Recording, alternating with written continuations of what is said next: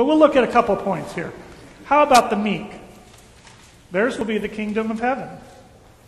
And the poor in spirit, they're going to inherit the earth. They're blessed. But what does it mean to be meek? Does it mean shy? That you're a weakling? That you don't speak with your voice? No. The Greek in which the gospel was written refers to a meekness toward God.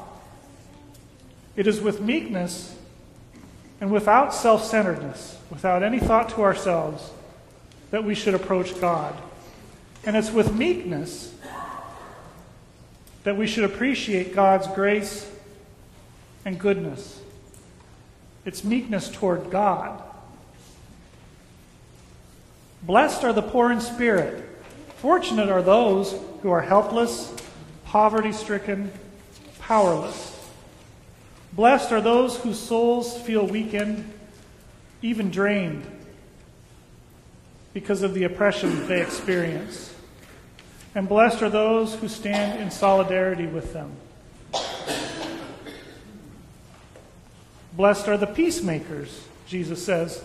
And interestingly, this is the only place in the whole Bible that this word is used, peacemakers. So what does it mean? Does it mean someone with a passive attitude? Someone who stands by and doesn't get involved in conflict?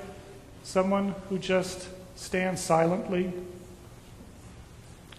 That doesn't sound like the Jesus that I know. I think it's more likely that he meant people who actively work toward reconciling two opposing sides.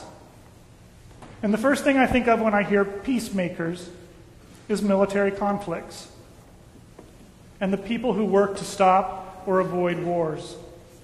And that's an important aspect to consider regarding this beatitude, especially on this day when we honor the men and women who fought for our country.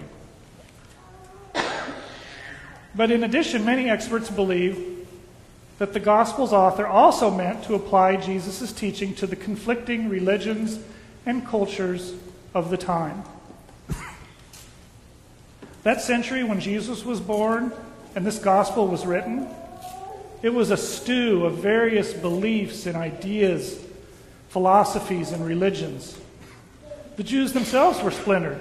We know about the Pharisees and the Sadducees and the priests and even the followers of Jesus themselves, not to mention the pagan Gentiles who were all around them. Does that sound familiar at all? Protestant, Catholic, conservative, liberal, fundamentalist, Unitarian, Presbyterian, UCC, Methodist, Episcopal, megachurch, house church, Muslim, Jew, Buddhist, atheist, and so on. And how well are we all talking with one another right now? And how often does that talk turn into finger-pointing, name-calling, and fear-mongering? And that's where we progressive Christians come in. We're not about denomination.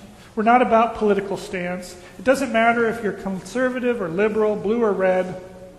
What makes us progressive is our willingness to sit down and talk with each other,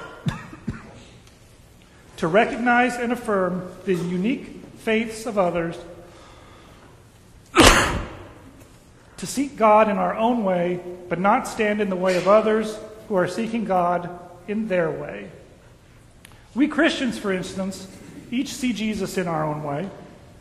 God, man, prophet, teacher, personal savior, radical revolutionary, lamb, sacrifice, judge, redeemer, 1/3 of the Trinity, infant, carpenter, homeless man, mythical character, rabble-rouser, healer. And each of these is true to someone. Jesus is many things, but one thing he is not is yours or mine or theirs. Jesus is ours. Ours. One more. Blessed are you when people insult you and persecute you and falsely say all kinds of things against you because of me, Jesus said. That can be looked at in two ways. Blessed are Christians who are persecuted simply because they are Christian. And blessed are those Christians who are persecuted by other Christians. Because of me, Christ said. Because of who the persecutors say they follow. I know what it feels like to be persecuted simply for being just who I am. To be judged, to be hated, to be misunderstood. There are many of us here who know how that feels. Maybe all of us. And boy, would I like to strike back at those people who have persecuted me. I'd like to give them a taste of their own medicine. And now, just when the religious right seems to be waning a little bit, and when the progressive movement is picking up some steam, boy, we could really get some revenge. But that's not the path that I think progressive Christians should take. We can't merely mimic the same tactics and practices that have left American Christianity in the state that it's in now.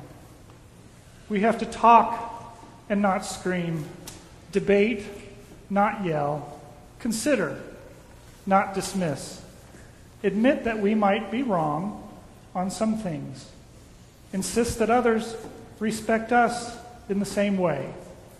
We need to remain whole in our ethics and our beliefs. Christians who take their faith seriously, we're called to take stands on issues and to support controversial and unpopular causes. So we have to expect that we'll be ridiculed sometimes, that we'll be maligned sometimes. True faith can be tough and it can be costly. We walk a path that sometimes is serene and astonishing. It's beautiful out there.